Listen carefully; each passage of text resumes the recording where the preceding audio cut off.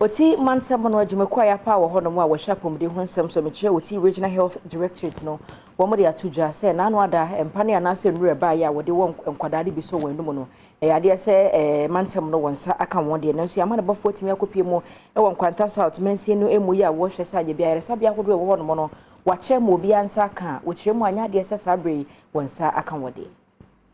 ewu sɛ abetodwa sɛ emofra bambo pane abedru omayimu a Ghana Health Service HSA womo atwapete omayimu mantema hodo nyina mu yamane boni obrempomba owusu enyane ntiyese oti Regional Health Directorate ensaka emofra bambo pane ibi nanso okopie mu Nkwanta South mensini mu no kamia yese wondie enyamedri Disease Control Officer yo Nkwanta South ampene ene yankasa wakasa fidie so de nanso de wode to yanim ene se womo so ate se ene na zipline drone services ede womo vaccines eba bedru ketekrache na apomde adwumanfo akwakwagye ne nti wo hwekwan sɛ de mpanifo de ato wanim no saa pepepe na ebeya ene dai enko na wieye no na wonsa aka aduri